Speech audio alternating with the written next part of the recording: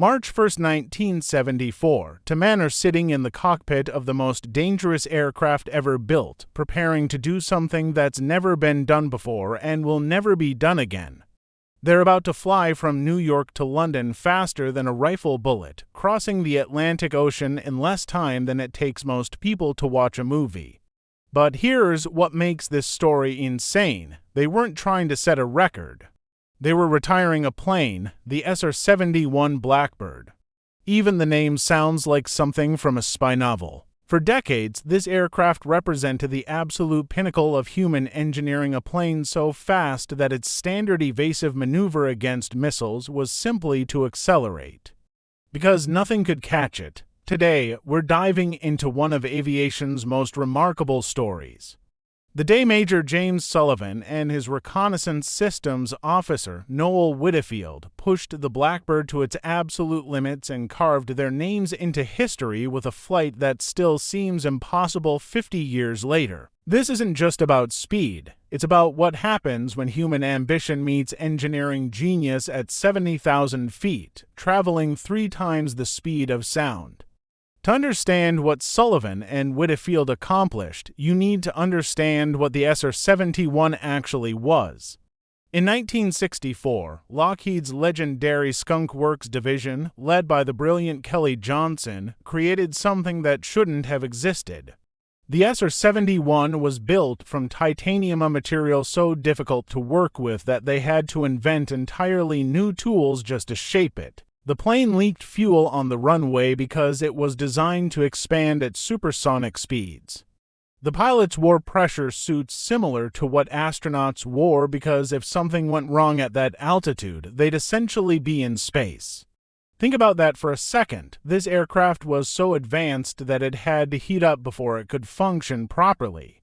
The fuel tanks were designed with gaps on the ground. JP7 fuel would literally drip out onto the tarmac. But once the Blackbird hit Mach 3 and the friction heated the airframe to over 500 degrees Fahrenheit, those titanium panels would expand, the gaps would seal, and the plane would become airtight. The SR-71 flew reconnaissance missions over hostile territory for over 3 decades. Whenever enemy radar locked onto it, the solution was brutally simple: accelerate. By the time a surface-to-air missile reached the Blackbird's altitude, the plane was already gone 20 miles away and still pulling away at over 2,000 miles per hour. Over 4,000 missiles were fired at SR-71s during their operational lifetime. Not a single one ever connected, not one. But by 1974, the Air Force was facing pressure to retire portions of the fleet. The program was expensive, the Cold War dynamics were shifting, and politicians wanted to see returns on investment. So the Air Force made a decision: if they were going to retire some of these magnificent machines, they'd do it in style. They'd break some records first. Major James Sullivan was a command pilot, one of the elite few trusted to fly the SR-71. His RSO, Captain Noel Widdifield, was his partner in the backseat, handling navigation, reconnaissance systems, and defensive measures. In an SR-71, these 2 men weren't just pilot and co-pilot, they were a unit. Your life depended entirely on the person sharing that cramped titanium tube with you. The plan was audacious: fly from New York to London, landing at Royal Air Force Mildon in Suffolk, England. Then turn around and fly back to Los Angeles, set speed records on both crossings. Oh, and do it all in a single day. But there was a problem. The SR-71 wasn't designed for this kind of flight. It was a reconnaissance aircraft built for high-altitude surveillance missions over enemy territory, not point-to-point speed runs. The flight profile was completely different. They'd need to manage fuel consumption perfectly. The Blackbird was notoriously thirsty, drinking fuel at an astonishing rate. They'd need perfect weather conditions. And they'd need to coordinate with air traffic control across multiple countries while traveling faster than most people could even comprehend. Sullivan and Widdifield spent weeks preparing. They studied wind patterns, calculated optimal altitudes, and ran through every possible scenario. The weight had to be perfect, the weather had to cooperate. The tanker aircraft that would refuel them had to hit their marks with absolute precision. On the morning of March 1st, everything aligned. At 11:05 a.m. Eastern Time, they lit the afterburners. Imagine this, you're strapped into a titanium coffin. Your pressure suit is so restrictive you can barely move. The cockpit is so narrow your shoulders touch both sides. Through the small forward windows, you can see the curvature of the Earth. Sullivan pushed the throttles forward and the twin Pratt and Whitney J58 engines roared to life. The acceleration was immediate and brutal. The Blackbird didn't ease into speed, it attacked it. They needed to refuel almost immediately after takeoff. The SR-71 used so much fuel during acceleration that aerial refueling wasn't optional, it was survival. A KC-135 tanker was already airborne, waiting for them. Sullivan slid the Blackbird underneath the tanker's boom, held rocksteady at 26,000 feet, and took on thousands of gallons of JP-7 fuel. Then they climbed and climbed and climbed. At 80,000 feet, commercial aircraft are tiny dots far below you. The sky above is black. The sky below is blue. You exist in this strange twilight zone between Earth and space where the air is so thin that conventional engines couldn't possibly function. But the SR-71's engines weren't conventional. They were hybrid turbojet tramjets designed specifically to operate in conditions that would destroy any other aircraft. Sullivan leveled off and accelerated to Mach 3 to over 2,100 miles per hour. That's 36 miles per minute. If you blinked, you'd miss an entire town. Here's what that feels like: nothing. At those speeds, there's no sensation of movement. The air is so thin there's no turbulence. No shaking, no buffeting, just an eerie, surreal smoothness. You're moving faster than the Earth rotates, but inside the cockpit, it feels like you're floating in absolute stillness. Widdifield monitored their systems. Fuel consumption was tracking perfectly. Navigation was on point. They were threading the needle between optimal altitude and maximum speed, riding the edge of the aircraft's performance envelope. Below them, the Atlantic Ocean passed in a blur. Sullivan later described watching the sunset and sunrise almost simultaneously. They were moving so fast that they were gaining time, racing the sun westward across the sky. The cosmic perspective that astronauts talk about, that profound sense of Earth as a fragile blue marble in the infinite black. Sullivan and Widdifield experienced that at Mach 3. 1 hour and 54 minutes after leaving New York, they began their descent into RAF Mildenhall. 1 hour, 54 minutes, 56 seconds to be exact. They just crossed the Atlantic Ocean in less time than it takes to watch Titanic. Let me put that in perspective for you. The previous record for a transatlantic crossing by a fixed-wing aircraft was held by a Convair B-58 Hustler. That flight took 3 hours and 19 minutes.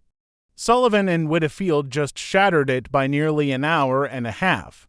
A modern commercial flight from New York to London takes about 7 hours. Sullivan and Widdifield did it in less than 2. They averaged 1,895.8 miles per hour. That's Mach 2.87 at sea level equivalent. They covered 3,461.53 miles across the Atlantic Ocean at speeds that still seem fictional, but they weren't done. After landing at Mildenhall, they refueled, conducted a brief inspection of the aircraft, and prepared for the return leg to Los Angeles.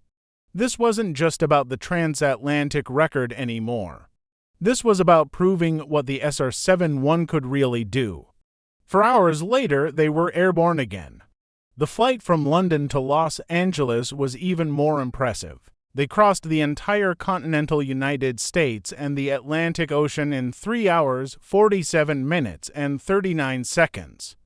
That's Los Angeles to Washington, D.C. in 67 minutes, coast to coast in just over an hour. Think about that next time you're on a 6-hour flight from New York to LA, but here's the part that really gets me. Sullivan and Widdifield completed both flights in a single day. They flew from New York to London to Los Angeles in approximately 10 hours of total flight time, setting multiple speed records in the process. When they landed at Los Angeles, the Blackbird's surface temperature was still over 400 degrees Fahrenheit. The titanium skin glowed in the California sun. Ground crews had to wait 30 minutes just to approach the aircraft safely. Sullivan and Widdifield climbed out of the cockpit, peeled off their pressure suits, and walked away from what would become one of the most legendary flights in aviation history. That record still stands. 50 years later, no one has flown faster across the Atlantic in a piloted aircraft. No one has even come close. The SR-71 program officially ended in 1998. NASA flew a few Blackbirds for research purposes after that, but the era of Mach 3 reconnaissance was over.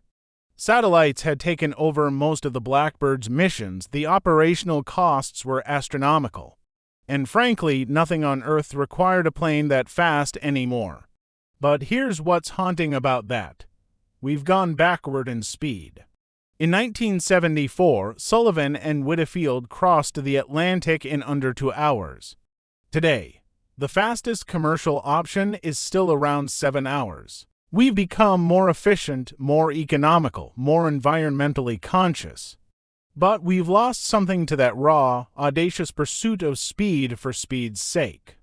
The SR-71 represented a moment in time when engineers were given an impossible problem and told to solve it regardless of cost or complexity. The result was an aircraft so advanced that even today, decades after its retirement, it still holds records that modern aircraft can't touch. Sullivan and Widdifield's flight wasn't just about breaking records. It was about demonstrating human capability at its absolute peak. It was about showing what's possible when skill, engineering, and courage converge at 80,000 feet. Major James Sullivan passed away in 2020 at the age of 82. Captain Noel Widdifield, who retired as a lieutenant colonel, has maintained a lower profile over the years but has occasionally appeared at aviation events to discuss that legendary flight. In interviews, Sullivan was remarkably humble about the achievement. He'd always redirect praise toward Kelly Johnson and the Skunk Works team, toward the ground crews who maintained these impossibly complex machines, toward his partner Widdifield, who handled navigation and systems with absolute precision. But make no mistake, what they did required extraordinary skill. Flying the SR-71 wasn't like flying other aircraft. It was a constant balancing act, managing fuel, temperature, altitude, speed, and systems while traveling at speeds where a single mistake could be catastrophic. The margin for error at Mach 3 is measured in microseconds. Sullivan and Widdifield operated in that margin flawlessly for hours. There's something profound about their achievement. In an age of automation, where computers handle most of the complex calculations, where autopilot systems can fly entire missions without human input, Sullivan and Widdifield's flight reminds us of what human pilots can accomplish. They flew by instinct and experience. They made real-time decisions based on feel as much as instruments. They were true aviators in the most romantic sense of that word. The SR-71 Blackbird was designed to outrun missiles, to spy on America's enemies, to operate in the most hostile environments imaginable. But on March 1, 1974, it became something else, a time machine. Sullivan and Widdifield compressed time and space in a way that still seems magical. They crossed an ocean in less time than it takes to have a long lunch. They traveled from New York to London faster than most people commute to work. And they did it in a plane that was already over a decade old, using technology from the 1960s. Today, you can see SR-71 Blackbirds in museums across America. They sit static and silent, their titanium skin no longer glowing with friction heat, their engines cold and quiet. Children walk around them, marveling at their sleek, alien shapes. But if you look closely, if you let your imagination fill in the gaps, you can almost see it, to men in pressure suits sitting in that narrow cockpit pushing toward the edge of what's possible. You can almost hear the roar of those J-58 engines. You can almost feel the acceleration as the afterburners light. And you can almost understand what it meant to fly faster than anything else in the sky, to set a record that has stood for half a century and might stand forever. Major James Sullivan and Captain Noel Widdifield didn't just fly fast that day. They flew into legend, and their record, still unbroken, still standing. Still impossible, just like the Blackbird itself.